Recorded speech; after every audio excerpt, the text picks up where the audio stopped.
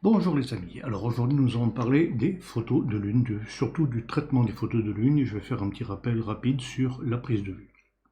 Alors la prise de vue, il faut évidemment être sur trépied, un bon trépied bien solide, bien stable, et en focale il faut avoir au grand minimum 300 mm en plein format, ce qui revient à peu près à un 200 en APS-C.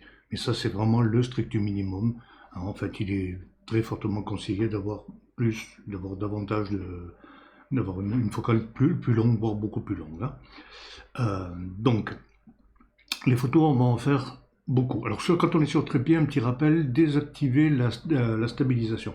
La stabilisation, c'est un dispositif qui sert dans les photos à main levée, donc à compenser les éventuels micro-mouvements qu'on peut faire. Le problème, c'est que quand on est sur trépied, il n'y a pas de micro-mouvement, mais la stabilisation a tendance des fois à quand même corriger alors qu'il n'y en a pas. Donc, en fait, ça déstabilise, ça fait l'effet inverse, hein. Euh, donc on va faire beaucoup de photos à la prise de vue, plusieurs dizaines, voire plusieurs centaines. Plus il y en a, mieux ça vaudra. Je vais vous expliquer pourquoi. C'est essentiellement pour enlever le bruit. Parce que le bruit est aléatoire. Et pour chaque pixel de la photo, si on prend par exemple 500 photos, ben pour chaque pixel, on est quand même certain qu'il y en a au moins un minimum, il y en aura bien sûr davantage, où il n'y a pas de grain, où il n'y a pas de problème. Et il n'y a pas que le bruit qui intervient en photo ou astronomie, même sur un sujet facile comme la Lune, hein, quand on photographie la Voie lactée ou les nébuleuses très lointaines, qui ne sont même pas visibles à l'œil nu, c'est évidemment beaucoup plus compliqué. Mais même sur la Lune, on est embêté avec pas mal de petits problèmes. À commencer par le bruit, je vais vous expliquer comment apparaît le bruit sur une photo. Voilà, alors on va voir comment se crée le bruit. Quand on photographie une scène quelconque, ben on photographie une source de lumière, hein, ça vous le savez déjà. La lumière, ce sont des particules qui s'appellent des photons. Je ne peux pas vous expliquer mieux que ça ce que c'est, je ne suis pas physicien, mais donc ce sont des photons. Ce sont ces photons, c'est cette lumière qui est enregistrée par le capteur. Donc là, il y a une conversion qui se fait, une conversion entre l'énergie lumineuse qui devient une énergie électrique. C'est-à-dire que chaque photosite du capteur va traduire la quantité de lumière par un microvoltage qui est, je crois, si j'ai bien compris, entre 0 et 0,5 millivolts, ce qui est vraiment très petit. Et selon la quantité de lumière, l'intensité va être plus ou moins élevée. Vous voyez que là, sur 0,5 millivolts, c'est très facile d'avoir une petite erreur déjà à ce niveau-là, quoi, hein. C'est-à-dire que une petite erreur d'arrondi ou de je ne sais quoi, mais voilà. Là, on est dans le domaine de l'analogique, c'est-à-dire l'analogique, en fait, ça va en continu de 0 à 0,5. Mais donc, la moindre petite variation, ben, c'est une déformation du signal qui a été reçu, c'est déjà une perte. Cette électricité, c'est le reflet enfin, ça devient des électrons, hein. Cette électricité est donc transmise à un amplificateur, parce que les courants, les données enregistrées sont très faibles, et donc il y a un amplificateur. Un amplificateur, il va faire des calculs, il va amplifier, et c'est là que déjà que le bruit va commencer à monter. Même si on a un capteur de très bonne qualité, l'amplificateur, ben lui, voilà, il va enregistrer, il va faire monter un signal. La moindre petite erreur qu'il peut y avoir, la moindre petit défaut qu'il peut y avoir, dans l'enregistrement, va être amplifié. Surtout si on fait monter les ISO. N'oubliez pas que autrefois, quand on était en argentique, les films étaient réellement plus ou moins sensibles à la lumière. Actuellement, c'est plus le cas. Avec le numérique, on amplifie plus ou moins le signal électrique, mais en réalité, il n'y a pas de capteurs plus sensibles que les autres. On simule en augmentant simplement l'amplification. Donc, du coup, on amplifie aussi les défauts. Le moindre petit défaut qu'il peut y avoir est augmenté. C'est pour ça que, et en plus, cette amplification n'est pas forcément homogène. C'est pour ça que dans les zones sombres, vous allez voir plus facilement le bruit que dans les zones claires. Pourquoi? Parce que là, le signal était plus augmenté. Et donc, les défauts aussi ont été davantage augmentés. Une fois qu'on a fait ça, ces électrons sont transmis à un CAN, convertisseur analogique numérique, donc qui va transformer ça en numérique, avec des fois des erreurs d'arrondi, des erreurs de calcul encore une fois. Ces chiffres sont envoyés au processeur, qui va encore les mouliner, qui va donc encore éventuellement faire des petites erreurs d'arrondi et autres, et ces chiffres vont être envoyés sous forme de fichier RAW à la carte, donc il va enregistrer ce fichier, et c'est avec ce fichier qu'on va travailler. Si en plus vous convertissez en JPEG, alors là c'est la catastrophe, il ne reste plus grand chose de votre photo. Voilà de manière très simplifiée ce qui se passe, et vous voyez que les causes de perte de qualité, donc qui se traduisent en général par du bruit, les causes de perte de qualité sont nombreuses. Il y a bien d'autres raisons de perdre de la qualité quand on fait de la photo astro, même donc sur un sujet aussi facile que la Lune, comme je l'ai déjà dit. Il y a par exemple les turbulences atmosphériques. En ce moment, par exemple, là, on est en juin, il fait très très chaud en ce moment. Les basses couches de l'atmosphère, là où nous vivons, où nous survivons quand il y a une canicule, sont très chaudes. En atmosphère, en haute atmosphère, les températures sont très très basses, à moins 25, moins 30. À chaque fois qu'il y a une couche d'air chaud, une couche d'air froid qui se rencontrent, ça fait des turbulences. C'est par exemple quand vous êtes sur la route en plein été, que vous voyez le paysage qui tremble ou sur le dessus d'un capot métallique d'une voiture, vous voyez aussi l'image qui tremble. Imaginez la même chose quand ça représente 80 km d'épaisseur d'atmosphère pour capter un tout petit sujet qui est très très fin, comme une galaxie lointaine, très lointaine, qu'on voit pas à l'œil nu ou à peine. Imaginez ce qui arrive à ce très très faible petit signal lumineux quand il doit traverser des turbulences de ce genre-là. Sur la Lune, ça le fait aussi. Et il y a encore bien d'autres raisons d'avoir des pertes de qualité. Il y a la pollution lumineuse, les nuages, les poussières qu'il peut y avoir dans l'atmosphère, toutes sortes d'éléments qui viennent perturber la photo, qui viennent faire perdre de la qualité. Ça, plus le bruit, c'est pour ça qu'il faut faire un grand nombre de photos. Et après, les logiciels que je vais vous montrer un petit peu tout à l'heure vont faire le nécessaire pour prendre le meilleur de chaque photo et même le meilleur de chaque partie de chaque photo, comme vous allez le voir. Alors, on est quand même sur par de nuit, avec la Lune qui brille devant nous, on a notre appareil sur trépied avec une longue focale. Comment on va se régler? Donc, on va se régler, on va commencer par choisir le diaphragme. Alors, comment choisir le diaphragme? Pour tout objectif, il y a des diaphragmes qui offrent un meilleur piqué, une meilleure qualité d'image que les autres. Alors pour savoir lesquels, ben c'est très simple. Hein. Vous mettez votre appareil avec l'objectif que vous voulez tester sur un trépied, vous désactivez la déstabilisation, donc la stabilisation. Vous choisissez, vous visez un sujet avec des petits détails fins et vous partez d'un bout de la bague des réglages d'ouverture de votre objectif et par demi-cran, vous faites une photo par ouverture disponible sur votre appareil d'un bout à l'autre de l'éventail des possibilités. Et après, vous comparez vos photos 2 à 2, vous gardez à chaque fois la meilleure et vous voyez qu'à la fin, vous allez voir que certainement les ouvertures qui donnent le meilleur piqué seront en général entre 5, 6 et 11 dans la plupart des cas. Il y a des exceptions. La Lune est un astre très lumineux, même quand elle est avec un petit croissant, la Lune est quand même un astre qui est très lumineux. Et donc on ne va pas avoir besoin forcément d'une grande ouverture, comme c'est le cas en astronomie pour photographier la Voie lactée ou le ciel profond, où on a besoin d'avoir une grande ouverture, mais si on a une grande ouverture, on a en général une perte de qualité. Donc voilà, là on est moins dépendant de ça avec la photo de la Lune, donc on choisit une ouverture moyenne, c'est largement suffisant. Ensuite, on choisit la vitesse. Alors évidemment, tout ça c'est en manuel, hein. L'autofocus aussi, on le désactive, on fait la mise au point en manuel sur la Lune. Sinon, l'autofocus va se planter sur un sujet comme ça. Et les réglages de l'exposition aussi, c'est sûr qu'ils vont se planter. Donc, en manuel, le diaphragme, on en a parlé. La vitesse, bon, si vous avez un fin croissant de lune, vous pouvez tabler sur du 60e de seconde. Si vous avez une lune qui est beaucoup plus lumineuse, vous pouvez monter à 250, même davantage, il n'y aura aucun problème. Et vous finissez, toujours on finit par la sensibilité. Et la sensibilité, on va la régler de telle sorte qu'il y ait des détails visibles dans les parties éclairées de la Lune. Hein. Je vais vous montrer ça. Donc voilà une première photo brute. Vous voyez que si je zoome dessus, on a des détails dans la partie éclairée de la Lune. Dans la partie sombre, évidemment, on ne voit rien, mais c'est normal. Là, la Lune est pile à son premier quartier. Donc voilà, on a des détails. Hein, on voit le pic. Alors l'histogramme, il ne faut pas trop trucifier. Évidemment, il est très sombre. Hein, l'image, la grosse majorité de la photo est sombre, noire. C'est normal. Moi, ce qui m'intéresse, c'est de voir à quel endroit se situe ce pic. Voilà, il faudrait idéalement qu'il soit, on va dire, peut-être un petit peu plus à droite, un petit peu plus par là. Voilà. Si l'image avait été un petit peu plus lumineuse, ça aurait été mieux. Mais voilà, on ne va pas faire la fine bouche, c'est pas grave. Alors, donc j'ai dit qu'on on prend beaucoup de photos une fois qu'on a fait ça. Alors, je vais vous montrer ce que ça donne, ce que ça veut dire beaucoup de photos. Voilà, ma série de photos.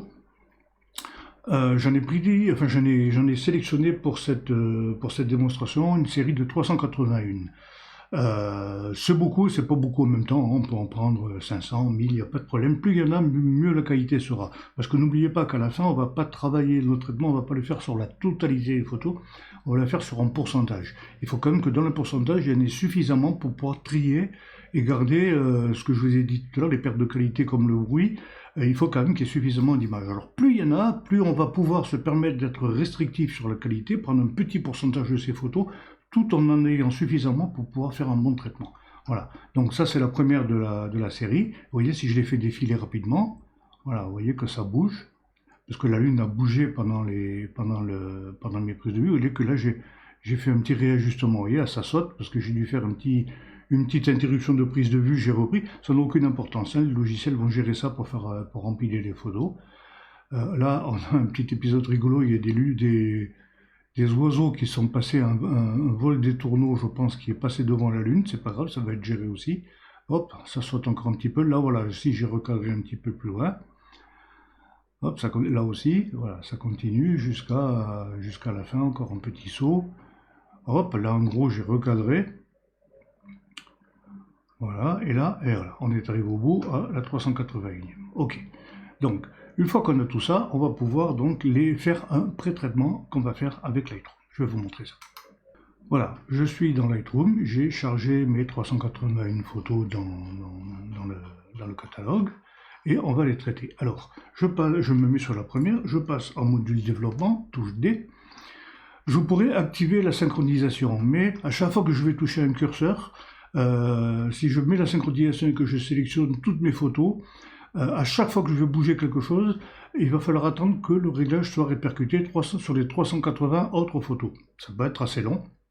Donc je ne vais pas l'activer, je vais tout faire sur une seule et après on recopiera le réglage sur toute la série. Donc je vais zoomer un petit peu. Alors là ce qu'on va faire, on va faire un truc très minimaliste, hein. Je vais juste régler la température de la balance des blancs ou la température de couleur. Voilà, je vais faire ça comme ça. Et si je me mets en auto, ça donnerait quoi? Juste pour voir. Auto. Ouais, non. Je préfère mon réglage, voilà. Et ici, dans correction de l'objectif, je vais me contenter de faire la suppression des aberrations chromatiques, parce que là, on risque d'en avoir beaucoup en bordure. Là, vous voyez, si je le désactive, je ne sais pas si on va bien le voir là. Je vais me mettre à 200%, je ne sais même plus comment on fait. 200%, non, c'est pas suffisant, je vais me mettre un petit peu plus. Allez, 400. Vous voyez là, on voit une petite bordure verte qui, si je fais ça, qui disparaît. Voilà, j'avoue que le changement n'est pas flagrant, mais il y est. Par contre, l'activation du profil de correction, ça, on va le désactiver. Pourquoi? Parce que, voilà, vous avez vu ce qui s'est passé. Quand je l'active et que je le désactive, vous voyez, l'image bouge un petit peu. Parce que ce réglage-là donc va corriger les éventuelles déformations de l'objectif et le vignettage. Et ça peut perturber. Il faut que ce soit rigoureusement identique sur toute la série. Ça risque de pas forcément être le cas. Et ça peut perturber après l'empilement. Donc là, comme la déformation est vraiment minime et que le vignettage, on s'en fiche puisqu'on est tout le tour de la photo est noir, il vaut mieux le désactiver. Voilà. C'est les deux seuls réglages qu'on va faire, nous, en pré-traitement dans Lightroom. À la limite, là, je peux peut-être ajouter un tout petit peu de luminosité. Hop, je suis beaucoup trop zoomé, je vais me remettre à 100, voilà. Un tout petit peu de luminosité, je ne vais pas toucher aux ombres et tout ça parce que je ne veux pas toucher à l'arrière-plan. Voilà, donc les noirs, je les laisse noirs, voilà, là c'est pas mal, ok. Une fois que j'ai fait ça, donc, je reste toujours dans le module développement, je fais copier. Copier, donc je désélectionne tout et je prends la balance des blancs, l'exposition puisque je l'ai touché, hein, sinon c'était pas la peine, et ici les aberrations chromatiques. Je copie. Et puis je vais coller ça sur toutes les autres photos. Donc je clique sur la première, je vais à la fin, voilà, et je fais un shift-clic sur la dernière. Elles sont toutes sélectionnées, je fais coller, et là, vous voyez ici la barre de progression, voilà, c'est déjà fini. Il a recopié tout sur les 381 photos, le même réglage. Voilà, je reviens en mode bibliothèque, il va réactiver, voilà, il réactualise. Voilà. C'est tout ce que je fais. Je ne vais pas faire là, à ce stade-là, je ne fais pas de recadrage ni rien, c'est pas ce niveau-là qu'on le fait. Par contre, après ces photos, alors je les sélectionne vraiment toutes, hein, il ne faut pas oublier la première là. et je vais les exporter. Alors, l'export, il risque de durer un certain temps par contre. Donc je vais désactiver tout ce qui est dimensionnement de l'image. Je veux absolument avoir l'image entière. Je me mets en format TIFF pour avoir la meilleure qualité possible. Je me mets compression, on s'en fiche, bon je vais laisser sans compression. L'espace colorimétrique important, je prends Profoto ou Adobe 98 à la limite, Adobe RGB 98, Profoto c'est mieux. Et en 16 bits, en 16 bits. Des fois on se retrouve en 8, là il faut absolument le faire en 16 bits. Voilà. Une fois que ça c'est fait, on lance l'export, et là par contre ça risque de durer un certain temps. Dans ce cas-là, on regarde dans quel endroit ça va, enfin on peut choisir le dossier de destination. Voilà, je les exporte. Voilà, alors le processus d'export depuis Lightroom c'est terminé. Ça a duré, j'ai chronométré, ça a duré à peu près 7 minutes et demie. Alors ça fait beaucoup, mais c'est vrai que Lightroom n'est pas un cheval de course pour l'export. Hein. Même quand il y a juste quelques opérations à faire comme ça, 381 clichés, bon c'est beaucoup, mais c'est pas non plus un nombre astronomique. Bon voilà, 7 minutes et demie, pourtant mon ordi c'est pas le très haut de gamme, mais il n'est pas trop lent non plus. Enfin bon, c'est pas grave. Voilà, donc j'ai toutes mes photos donc au formatif. Voilà, je les fais défiler, vous voyez qu'on les retrouve exactement comme avant, sauf qu'il y a eu le pré-traitement appliqué, c'est-à-dire la correction colorimétrique, un petit peu plus d'exposition et la correction des aberrations chromatiques. Voilà. Donc j'ai toutes mes photos qui sont là, on va pas toutes les faire défiler, ça sert à rien.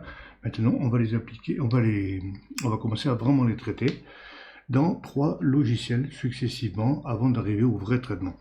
Et de même que dans Lightroom, on n'a pas pris beaucoup de décisions, on a juste appliqué quelques réglages presque prédéfinis, je dirais. Vous allez voir que dans les 3 logiciels, c'est exactement la même chose. Hein. Il n'y a rien à faire à part cocher les bonnes options, réciter par cœur la leçon et laisser faire le logiciel. Hein. Donc voilà, je ferme la visu et je lance le premier de ce logiciel, en fait je l'ai déjà lancé avant, qui s'appelle PIPP. Ça signifie, je sais même plus, je l'ai marqué quelque part, mais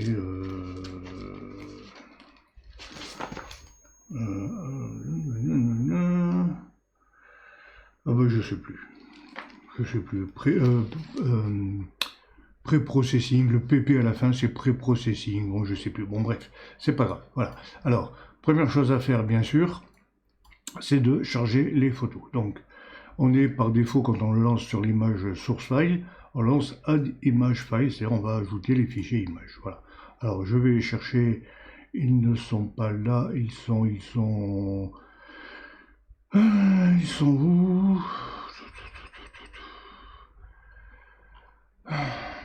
Voilà, ils sont là, là et là. Donc voilà, je les sélectionne toutes. Hein. Je sélectionne une, je fais CTRL A, ouvrir. Voilà, là il me dit un truc OK. Et il ouvre une fenêtre de contrôle qui va nous être utile dans quelques minutes. Donc là, on a toutes les images qui sont alignées. Tant qu'on est sur cet onglet Source File, chose importante à faire, lui cocher, lui dire qu'on travaille sur le disque entier, full disque. Voilà. Que ce soit le disque solaire ou lune, hein, puisque ce logiciel ne sert pas que à faire des photos de la lune, mais il sert aussi à plein d'autres choses. C'est le disque entier du soleil ou de la lune, parce qu'on peut aussi faire le soleil, on peut faire, vous voyez, gros plan sur le soleil ou la lune, c'est-à-dire une partie, un truc avec une animation, etc., etc. Parce que les astronomes travaillent beaucoup avec des vidéos au lieu d'appareils photo, ça leur permet de travailler avec un très grand nombre d'images par seconde. Nous on travaille avec quelques centaines de photos dans ce processus de la Lune. Eux, quand ils font des photos d'objets célestes très éloignés, ils peuvent travailler sur des dizaines de milliers d'images cumulées. Voilà. Et donc le logiciel est capable de le faire bien sûr. Donc ensuite, on va dans l'onglet Processing Options. On ne va pas s'occuper de tous les onglets, hein, là, donc ils ne concernent pas du tout pour la Lune. Processing Options, là, on décoche Convert Color to Monochrome. C'est-à-dire que lui, par défaut, il met tout en monochrome, et ça revient à chaque fois. Hein. Cette option, il faut la décocher à chaque fois, sinon ça ne marche pas. Ensuite, le plus important, c'est l'onglet Cropping. Alors, cropping, c'est le recadrage. on va recadrer la photo autour de la Lune. C'est-à-dire que même si la Lune, au cours de toutes les photos qu'on a fait, a avancé, lui, il va aller la chercher, hop, la ramener à peu près au centre d'une zone qu'on va déterminer ici. Alors, je sais, parce que je l'ai déjà fait, que c'est aux alentours de 1500-1600 pixels qui est la valeur optimale. Hein. Là, on va faire une image carrée de 1600 par 1600. On peut aussi créer un décalage. Si il n'y a qu'un croissant de lune qui est d'un côté, par exemple, ou de l'autre, on peut créer un décalage avec X offset et Y offset ici. On a les règles là sur l'écran de contrôle qui peuvent nous aider. Et à chaque fois qu'on a changé des valeurs quelque part, la prévisualisation ne s'actualise pas automatiquement. Il faut cliquer sur Test Option. Voilà. Vous voyez, là j'ai un truc qui m'intéresse, j'ai ce que je voulais avoir. Hein. Là on peut s'amuser à faire un décalage en X, hein. Par exemple si je mets 100, bon je suis même pas du tout sûr de partir dans le bon sens, donc voilà, c'est dans le mauvais sens, donc il fallait faire moins 100,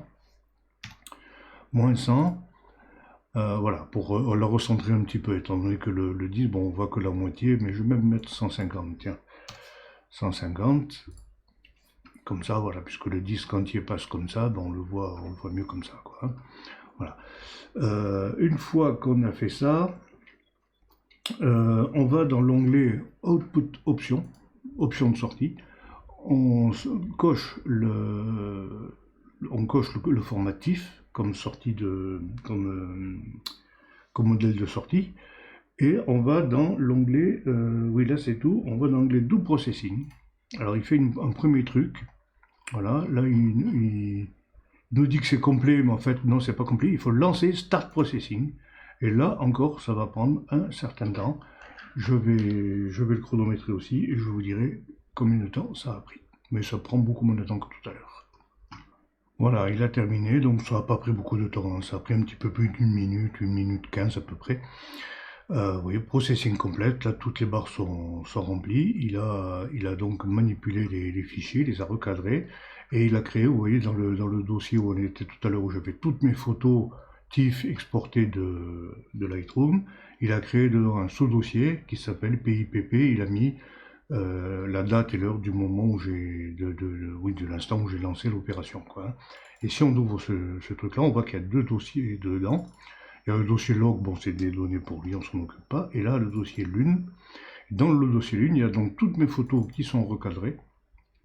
Vous voyez, elles sont recadrées en gros plan, selon les dimensions que j'ai demandées. Et vous voyez qu'elles sont toutes, alors on va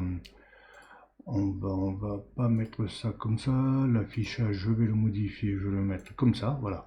Vous voyez qu'il les a toutes renommées, 000, 001, 002, il les a remises dans l'ordre. Et à la fin du nom, là, si j'affiche le nom, vous voyez qu'il a rajouté à la fin du nom quality en pourcentage, de 100% à je ne sais pas combien, à 96,95. C'est-à-dire qu'il les a renommés dans l'ordre qui est, d'après lui, de la meilleure à la plus mauvaise qualité de toutes les photos qui lui sont proposées. Voilà. Et les autres logiciels qu'on va utiliser maintenant vont utiliser cette classification, ce classement, pour savoir quelles sont les meilleures photos, les meilleures candidates au traitement qui va suivre. Donc on va lancer le logiciel suivant qui s'appelle AutoStacker. Alors voilà à quoi ressemble AutoStacker. AutoStacker, entre parenthèses, c'est un logiciel qui ne s'installe pas, il se lance directement depuis le fichier exe. Donc voilà, là aussi il y a deux fenêtres, hein, la fenêtre des paramètres et la fenêtre de contrôle qui contient aussi des paramètres. Alors, la première chose qu'on va faire, c'est de lui ouvrir toutes les photos qui ont été traitées par PIPP. Voilà, je fais Open. Donc mes photos, je les avais mises là, là et là. Donc là, voilà, je fais pareil. Ah oui, alors je fais pareil. Vous voyez, par défaut, il cherche les fichiers vidéo, puisque comme je vous ai dit, les astronomes travaillent souvent avec des fichiers vidéo. Donc on lui dit Image File. Là, il les trouve. J'en sélectionne une. Je fais CTRL A pour qu'elles soient toutes sélectionnées. J'ouvre. Voilà. Là, il affiche une preview. Dans la fenêtre de contrôle, hein, il affiche une prévisualisation de la première, sans doute, image de la pile. À partir de là, on a des options à cocher. Et là, c'est pratiquement toujours les mêmes. Il ne faut pas chercher à comprendre. Voilà. Alors, dans Image stabilisation, on met planète. Effectivement, c'est la planète entière qu'on a là. C'est pas un extrait de la surface. Donc, planète. Dynamic Background, qui va l'aider à distinguer la Lune elle-même de l'arrière-plan. Il ne sera pas de se tromper, mais c'est quand même comme ça. Quality Estimator, il faut activer l'algorithme de Laplace.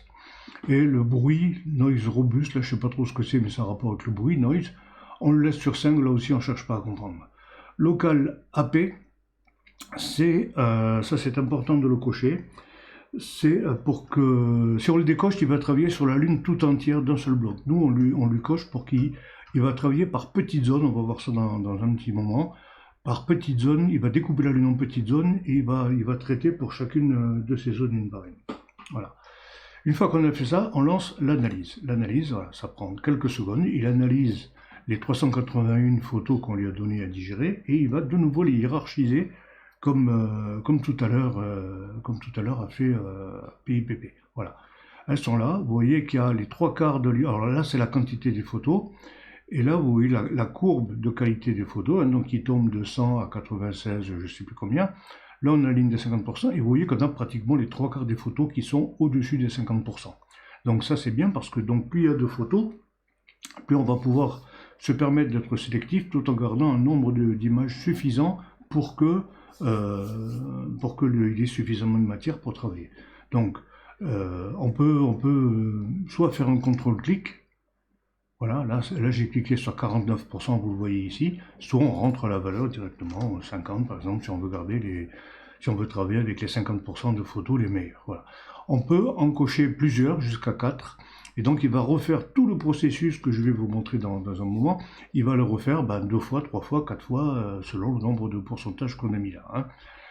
Ça va permettre, par exemple, si on n'est pas sûr, j'ai des bonnes photos, j'ai envie de très sélectif de mettre par exemple 20%, mais 20% peut-être que ça ne va pas faire assez de matière. Alors je vais faire 20% et je vais faire aussi 50%. Ça va m'éviter de revenir après, de relancer le truc. Je lui fais faire d'entrée les 2 calculs, ça va durer 2 fois plus longtemps forcément, mais voilà, au moins c'est fait. Donc là on va pas faire comme ça, on va en faire qu'un seul, on va le mettre à 50%, ça va être suffisant pour la démonstration. On passe ici sur la fenêtre de contrôle.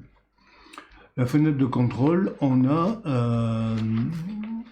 alors attendez, voilà, là il faut cocher le multiscale. Multiscale, ça veut dire que donc il va travailler avec, je vous l'ai dit, il va découper la surface de la Lune en plusieurs zones. Multiscale, ça veut dire qu'au lieu que toutes les zones aient la même dimension, il va travailler avec des grandes et des petites. Voilà, il y aura deux tailles, c'est largement suffisant. Donc on laisse multiscale coché.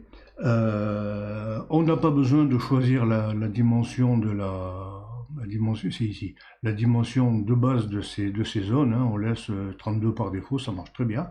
Et quand on a fait tout ça, on lui demande de placer donc les différentes zones, la grille des zones. On clique, tac, tac, tac, tac, voilà. Là, il en a créé 2387, ce qui est relativement peu, parce que l'image est de bonne qualité. La prise de vue, plus la prise de vue est de mauvaise qualité, plus il va y avoir de zones pour affiner le travail, travailler sur des plus petites zones à chaque fois. Donc là, on en a quand même, en arrondissant, 2400, c'est pas mal. Alors donc pour ces 2400 photos, parmi les 50% les meilleures de mes 381 photos, pour chaque petit carré, il va choisir la meilleure et il va après assembler tout ça. C'est assez dingue. Tout ça dans une pile, hein, AutoStacker, ça veut dire stack, c'est la pile en anglais. Voilà. Je reviens sur la fenêtre principale, là. Je vais lui dire de sortir mon image en TIFF. Alors jusqu'à présent, on travaillait donc avec toutes les photos qu'on avait depuis le début, hein, 380. À partir de là, une fois que AutoStacker aura fait son boulot, on va se retrouver avec un seul gros fichier, un seul fichier TIFF qui va contenir donc l'empilement de tous les autres. Ça ne veut pas dire que j'aurai les 381 photos dans la même photo, hein. Ça veut dire que donc il va prendre le meilleur de chacune des 381 images et qu'il va en faire une seule de très bonne qualité à la fin. Je regarde mes notes. Normalise Tech, on le laisse à 70, donc là je vous ai expliqué hein, l'histoire des pourcentages. Hein. Plus la qualité est mauvaise, plus il faut être restrictif, donc on peut lui demander de faire par exemple 25, 40, 60%. Normalise Tech 70%, on le laisse. On désactive RVB Align. on lui dit de sauvegarder ça dans un dossier à part pour pas tout mélanger, sinon on va plus s'y retrouver. Ici, on active le Drizzle 3. Alors, honnêtement, je ne sais pas trop à quoi ça correspond. Je sais que le Drizzle, si on le désactive, ça va être plus rapide. Si on le met à 3, ça va être beaucoup plus lent. Il y a un 1,5 évidemment entre les deux. Mais par contre, ça améliore vachement la qualité du truc final. Donc moi, je vous conseille de le laisser. De toute façon, le logiciel va travailler tout seul. Pendant ce temps, on peut aller faire autre chose. On peut aller casser la croûte. On peut faire, voilà. Une fois qu'on a fait tout ça, ben, on lance le travail. Vous allez voir qu'on voit avancer la progression là avec des coches. Il met une estimation, enfin il chronomètre au fur et à mesure, il met le temps que ça lui a pris. Vous voyez l'analyse qu'on a fait tout à l'heure là, et ça lui a pris 7,2 secondes. Il l'a déjà marqué, il a déjà fait cette opération. Donc il y en aura plusieurs. Il va les faire plusieurs fois, il va les faire 3 fois je crois, puisqu'on a mis le drizzle, enfin bon. Il lance le travail, il le fait, et nous pour l'instant, ben, on a quartier libre. Voilà, donc je le lance et comme tout à l'heure, hein, je chronomètre, je vais vous dire combien de temps ça aura pris.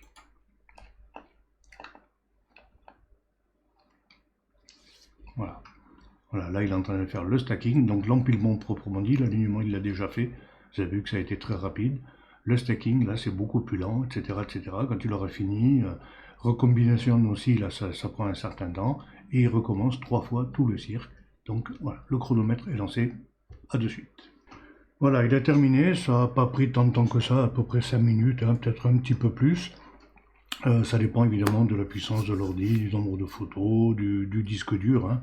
Là, je suis sur un disque dur SSD, c'est-à-dire c'est que de la mémoire, c'est pas un disque dur mécanique, donc ça va beaucoup plus vite. Ça peut prendre un quart d'heure certaines fois. Bon, de toute façon, je vous dis, c'est pas important, le truc travaille, il fait son boulot. Pour l'instant, on est libre de faire ce qu'on veut. Quand il affiche donc 100% sur les deux curseurs ici, que le bouton stack est redevenu accessible, sinon il est grisé, hein, et que tout est coché ici, ben c'est que c'est fini. Vous voyez, le plus long ça a été le stacking, il a mis 140 secondes, ça fait quoi? Ça fait même pas 2 minutes et demie. Donc même s'il l'a fait 3 fois, bon c'est pas non plus terrible comme temps passé. Donc vous voyez que quand on revient ici dans l'explorateur, donc le dossier PIPP qu'on avait tout à l'heure, il a rajouté la ASP50. Alors AS c'est AutoStacker, et 50 c'est parce qu'on a pris 50% des images. Hein. Si on avait pris 30, il aurait mis ASP30. Et si je l'ouvre, ben, j'ai beaucoup moins de choses que tout à l'heure. J'ai un fichier interne pour Registax, hein, un truc qu'il a créé, je sais pas quoi il sert, et une seule image, TIFF, voilà, où il a empilé tout le reste. Vous voyez, il y a une définition qui est bien meilleure.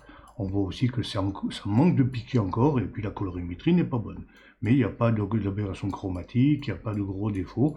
Voilà, on est sur la bonne voie, on a un seul fichier pour tout faire. Et maintenant, on va donc continuer avec le troisième logiciel qui s'appelle Registax et qui sert à améliorer justement la netteté, le piqué de ce logiciel. Vous allez voir comment. Donc, je lance Registax, je l'ai sur mon autre écran, voilà. Voilà, donc il se présente comme ça. Une grande fenêtre, avec là on va avoir l'écran de contrôle. Donc évidemment, la première chose à faire, c'est d'importer le logiciel, l'image TIFF qu'on vient de générer. Donc je viens la chercher ici, hein, je suis directement dans le dossier AS. Ah oui, c'est pas le même là, c'est pas le même, je suis pas avec la même photo. Ça c'est une précédente recherche certainement. Donc je vais aller sur le bureau. C'est ça, c'est ça, c'est ça, et c'est ça. Voilà. Donc là il demande, on dit non. Voilà, s'il doit intensifier, je sais plus quoi. Voilà, on dit non, il charge l'image, il la met dans la fenêtre de contrôle. Là, on peut cocher Show Full Image pour l'avoir en entier. Voilà, c'est plus sympa comme ça. Et donc, ce logiciel, comme je l'ai dit, va servir à accroître la netteté, et il le fait très bien. À tel point que je l'ai testé aussi sur des photos plus classiques, pas des photos astro ou des photos de lune. Je l'ai testé sur des photos beaucoup plus classiques, enfin des photos de paysage par exemple, pour voir si je pouvais améliorer le piqué ou des choses comme ça. Mais non, c'est vraiment un logiciel qui est prévu pour les images astro, il le fait très bien, et par contre ça fait des résultats un petit peu surprenants sur des photos plus classiques. Alors, faites des essais si vous voulez, mais voilà, vous allez avoir des surprises. Donc, On va commencer par, alors on va pas travailler sur toute la photo au départ pour paramétrer, on va travailler sur une petite zone et c'est après qu'on va généraliser ça à toute l'image. Donc je vais commencer par cocher Show Processing Area, c'est-à-dire je veux voir la zone sur laquelle je vais travailler. Et vous voyez que si je clique quelque part, alors je vais le faire dans la zone noire, alors on verra mieux. Voilà, ben on voit pas grand-chose. On ne voit pas grand-chose. Ah, voilà. Là, on le voit mieux. Ah, ben, c'est peut-être parce que j'étais dans le noir. Faut pas le prendre pour un imbécile. Voilà. Si je viens sur l'image entière, alors avec le clic droit de la photo, on peut se déplacer, hein. Il y a les ascenseurs classiques, mais le clic droit, c'est plus facile. Vous voyez que là, on a 4 petits équerres qui déterminent la zone, donc la zone pour les paramètres. Voilà, si je clique ici, je clique sur le centre de la zone, si je veux la déplacer, voilà. Là où je clique, ça devient le centre de la zone. Alors on va prendre une zone où il y a aussi des parties sombres, des parties avec des détails, voilà, une zone à peu près représentative, et sur les photos de la Lune, c'est souvent cette zone-là, vers le pôle sud de la Lune, hein. Avec l'ombre là, la ligne d'ombre de lumière, on appelle ça les terminateurs, hein. Et ça, c'est une zone qui est toujours plus intéressante parce qu'on voit des reliefs. Alors, à partir de là, il y a plusieurs façons de travailler. Mais voilà, celle que je vous recommande fortement parce que c'est nettement la plus simple. C'est la méthode des vaguelettes liées. Alors, les vaguelettes, ne me demandez pas pourquoi ça s'appelle comme ça. Enfin, si, je le sais un petit peu. C'est parce que ça utilise une fonction mathématique qui est à base de sinus, donc d'ondes qui ressemblent à des vagues. Et donc, ils ont appelé ça des vaguelettes. Donc, on va cocher Use Linked Wavelet, c'est-à-dire utiliser les vaguelettes liées. Alors là, par contre, ne me demandez pas quelle est exactement l'implication mathématique, l'algorithme qui va être utilisé pour ce truc-là. Ce que je sais, c'est que donc les différents, vous voyez que là on a 6 niveaux de paramètres donc de ces vaguelettes. Pour chacune, on a le débruitage et la netteté. Et le fait de les lier, ça permet, si vous voulez, de simplement travailler sur les deux premières et les autres s'adaptent d'elles-mêmes. Donc on va travailler sur la première, sur les deux premières on va travailler. Voilà, je mets un certain réglage et vous voyez qu'ici, alors je ne sais pas si vous allez bien le voir à la vidéo, puisqu'il y a une perte de qualité, mais ça a fait monter effectivement la netteté, mais du coup ça a même fait des petites lignes verticales, alors c'est peut-être un petit peu trop. Voilà, la netteté, je vais baisser un petit peu la netteté. Voilà, à chaque fois on baisse d'un centième de cran, ce qui est largement suffisant. Voilà, là je suis pas mal. Je vais aussi monter le deuxième curseur, alors ça me refait pareil, donc je vais aussi baisser le deuxième. Voilà, je reviens cocher un petit coup sur le premier. Voilà, là ça me paraît pas mal. Ça me paraît pas mal parce que j'ai quand même bien monté la netteté. Si je monte encore ici, ah ouais, allez, je vais le monter beaucoup plus. Et celui-là aussi. Oh bah c'est pas mal comme ça. C'est pas mal. Voilà, là on commence à avoir des défauts, donc je vais encore remettre un petit coup pour baisser légèrement la netteté, pour pas que ce soit, pour pas que les micro-détails montent tellement que ça devient ce qu'on appelle croustillant, quoi. On a l'impression que des petites miettes de photos partout, tellement il y a une netteté un peu artificielle. Voilà, je vais le laisser comme ça. Là c'est impeccable comme ça.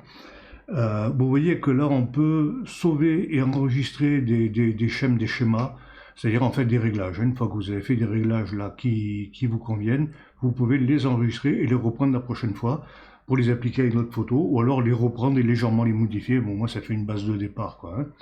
Donc c'est une possibilité, si vous faites souvent des traitements de la Lune, d'avoir plusieurs réglages en fonction des phases de la Lune, en fonction de l'état de la météo, etc. Des pré-réglages qui vous font gagner du temps. Voilà. Une fois qu'on a fait ça, là, donc, on l'a fait sur une seule, que sur la petite zone, là. On va lui demander de l'appliquer à toute la photo. Donc, je fais do all, c'est-à-dire fais tout. Hop, voilà. Vous voyez que là, en bas, il y a une barre de progression. Il avance. Là, ça va prendre, voilà, une poignée de secondes. Vous voyez, ça avance quand même relativement vite. Et là, vous allez voir la netteté de l'image qui est quand même nettement améliorée. On va voir le avant-après si on peut. Vous allez voir que c'est assez surprenant. Il travaille vraiment d'une façon remarquable, ce Registax. Du moins sur de la photo astro, hein, bien sûr. Alors, vous voyez qu'il y a aussi plein d'autres réglages, là, hein, des fonctions pour le gamma, c'est-à-dire la luminosité, pour voir l'histogramme, pour travailler sur la colorimétrie, le filtre de vaguelette, etc. Bon, on s'en occupe pas. À ce niveau-là, nous, on s'en occupe pas. Voilà. Là, il a fini, il a fait 100% du travail, et on va lui enregistrer évidemment l'image en question. Donc voilà, je fais Save Image, et je vais l'arranger, je sais pas trop où, je vais la mettre, si je vais la mettre dans l'une export, là, tiens, au premier niveau de ce dossier. Je lui garde toujours le même nom, vous voyez que c'était le nom qui a été généré par AutoStacker. Donc il a mis le nom du premier fichier, 001 line, il a mis limite, alors après il a repris les paramètres d'AutoStacker, hein, limite, la place 5, 2387 petits rectangles, prise 3, etc. Bon bref. J'enregistre, bon, voilà, c'est fini. Et maintenant, vous avez remarqué que jusque-là, on n'a pris pratiquement aucune décision. On a juste ajusté la balance des blancs de 3 petites bricoles dans Lightroom. Mais depuis, tout le reste, on a déroulé, on a cliqué, toujours les mêmes options. Je vous ai dit, cochez ci, cochez ça. On l'avait fait. On n'a pris absolument aucune décision. C'est un petit peu frustrant. Maintenant, enfin, on va aller dans Photoshop et on va travailler vraiment, nous, notre photo. On va quand même l'interpréter et faire ce qu'on a envie de faire de cette image. Voilà, donc on se retrouve dans Photoshop. J'importe la photo que j'ai aussi sur un autre écran. Je la dépose. Malheureusement, il n'y a pas de profil colorimétrique, ce qui est grave, parce qu'un fichier doit toujours, un fichier image doit toujours avoir un profil colorimétrique. Donc moi, je vous recommande fortement de mettre soit Adobe RGB 98, soit le Pro Photo. Donc voilà, RGB ça suffit largement. On a l'image. Et là, si on vient zoomer dessus à 100%, vous voyez qu'on a un bon piqué, on a une bonne netteté. La colorimétrie n'est pas là, n'est pas au rendez-vous, mais on n'a pas d'aberration chromatique. On a plein de petits détails partout. Voilà, même à 200%. Hein. Vous voyez qu'on a aussi des petites... C'est peut-être presque trop net. J'aurais dû peut-être encore un petit peu baisser dans Registax. Bon, tant pis, on va faire avec, mais ça reste quand même très correct. Ouais, on voit un petit peu de pixelisation, on va s'occuper de ça. Voilà. Donc maintenant, qu'est-ce qu'on va faire? Maintenant, on va faire le vrai traitement dans Photoshop. Alors, ce que je vois, c'est que cette image, elle manque un petit peu de contraste, pardon. Donc le contraste, je l'applique simplement avec une courbe. Alors pour ceux qui ne sont pas familiarisés avec Photoshop, je ne vais pas faire un cours Photoshop ici, évidemment, ce serait un peu déplacé. Simplement, disons que là, je peux rajouter des calques de réglage. Alors c'est comme un réglage, mais c'est indépendant de l'image elle-même. C'est-à-dire que quel que soit le réglage que je fais, je peux le désactiver ou je peux le modifier à n'importe quel moment. Voilà. Donc en l'occurrence, là, ne vous occupez pas du rectangle qui est là, c'est pour faire le masque. D'ailleurs, je vais le supprimer. On va utiliser les masques un petit peu plus tard, mais pas maintenant. Donc là, j'augmente le contraste. Alors comment on fait ça? On baisse un petit peu les ombres, on monte un petit peu les hautes lumières, et mathématiquement, le sombre plus sombre, le clair plus clair, ça s'appelle monter le contraste. On fait ça, vous voyez la forme de la courbe, on appelle ça une courbe en S. Typiquement, c'est ce qui monte le contraste d'une image. Hein. Voilà, tout simplement. Je peux quand même globalement monter l'exposition générale parce qu'elle est un petit peu sombre, tout en gardant quand même ma forme en S. Voilà, comme ça me paraît pas mal. Maintenant, on va s'occuper de la colorimétrie. On commence toujours par la luminosité, après la colorimétrie. Alors, la colorimétrie, traditionnellement, la Lune, elle est un petit peu jaunâtre, et les mers, ces zones-là, sont un petit peu bleutées. Donc là, on va s'occuper de bleuter les zones les plus sombres. Alors, je refais une autre courbe. Alors, celle-là, on va l'appeler contraste. Je fais un double clic, je renomme contraste. Je vais créer donc une autre courbe que je vais appeler bleu, puisque là, on va rajouter du bleu. Et là, par contre, je vais donc faire un masque. Le masque, donc, je vais chercher les zones les plus sombres. Alors, comment fait-on pour avoir les zones les plus sombres? Je vais supprimer ce masque, on va le recréer tout à l'heure avec... D'abord, je vais faire une sélection et en recréant le masque, la sélection va devenir le masque. Alors, pour ça, je vais dans l'onglet, dans le panneau des couches, je fais un CTRL-clic sur la couche RGB. Voilà, il me sélectionne les pixels qui sont les plus clairs, les pixels qui ont une luminosité supérieure ou égale à 50%. Voilà. J'inverse cette sélection parce que moi ce que je veux c'est les plus sombres, donc je vais dans sélection intervertir, bim, voilà. Alors ça se voit pas comme ça, mais il a fait l'inverse. Je reviens sur le panneau des calques, je reviens sur mon calque de bleu et je viens cliquer ici sur un nouveau masque et vous voyez que là il est masqué. Voilà. Alors un masque ça marche comment? On fait une action sur en l'occurrence c'est sur la courbe. Là où c'est blanc, l'action va agir, là où c'est noir, elle ne va pas agir. Et là où c'est gris, elle va agir plus ou moins.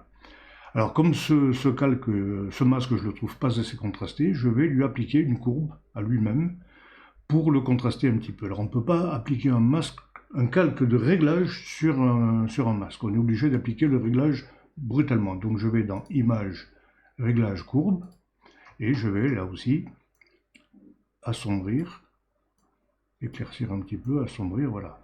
Pour avoir un... Alors il faut éviter d'avoir des cassures comme ça dans une courbe, hein, toujours. Voilà, je vais mettre comme ça. Je vais créer un autre point là. Voilà, moi ce qui m'intéresse c'est d'avoir en blanc les zones qui sont les plus sombres sur la photo de la Lune, qui sont celles que je veux bleuir un petit peu. Voilà, une fois que ça c'est fait, je sors du mode masque et ici sur la courbe elle-même, je viens donc travailler sur le bleu. Je vais monter un petit peu le bleu. Alors je ne le monte pas ici parce que si je le monte trop près là, vous voyez, ça va bleuir aussi l'arrière-plan. Moi c'est pas ça que je veux. Je veux bleuir que les zones sombres de l'image, comme ça.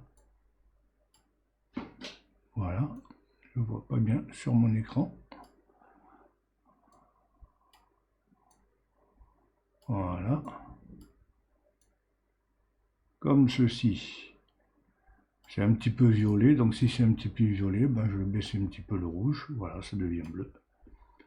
Ok. Et maintenant, ben je vais faire l'inverse pour avoir un jaune un petit peu mieux que ça. Donc je vais dupliquer simplement ce calque-là. Je fais dupliquer le calque. Voilà, je vais le renommer jaune. La sélection, le masque, pardon, le masque, je viens, vous voyez qu'on peut, choisir soit le réglage, soit le masque. Hein. Tac, tac. Le masque, je vais simplement l'intervertir en faisant CTRL-I comme inverser ou intervertir. Vous voyez que ça me fait le négatif de celui-ci. La courbe, je fais réinitialiser en cliquant sur la petite icône de réinitialisation pour remettre les réglages que j'avais fait à 0. Et là, je vais monter un petit peu le jaune. Alors, il n'y a pas jaune, mais le jaune, c'est l'inverse du bleu. Donc, si je baisse le bleu, je monte le jaune. Voilà. Alors, il ne faut pas trop le monter. Voilà. Juste un petit truc discret comme ça. Ouais, ça se voit à peine, hein, même sur la vidéo. Alors, je pense que vous n'allez pas voir la différence sur la vidéo, hein. Je le vois à peine sur l'écran. Voilà, alors là on va rajouter un petit peu de contraste, de netteté, mais pas... C'est de la netteté au niveau du pixel. Alors pour faire ça, on applique la technique du filtre passe-haut. Alors je vous passe les détails, ceux qui connaissent Photoshop connaissent certainement aussi cette méthode. Les autres, je ne peux pas la détailler ici parce qu'elle est trop... Bon, ça entraînerait dans des complications. Hein.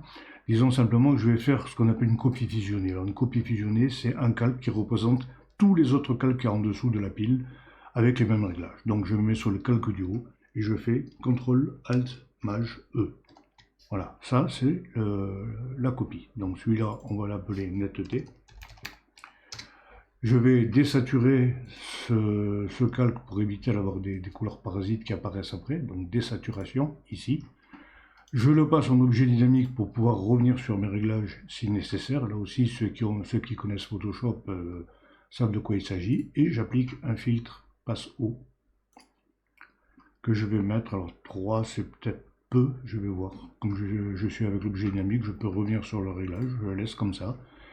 Là, le masque filtrant, je le supprime, il va me servir à rien.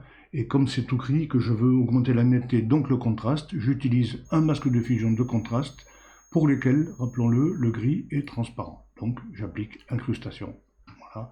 Et si là je viens zoomer sur l'image, vous voyez que le avant, après, alors il se voit peut-être pas beaucoup à la vidéo, je vais volontairement le monter à 6, le passe haut.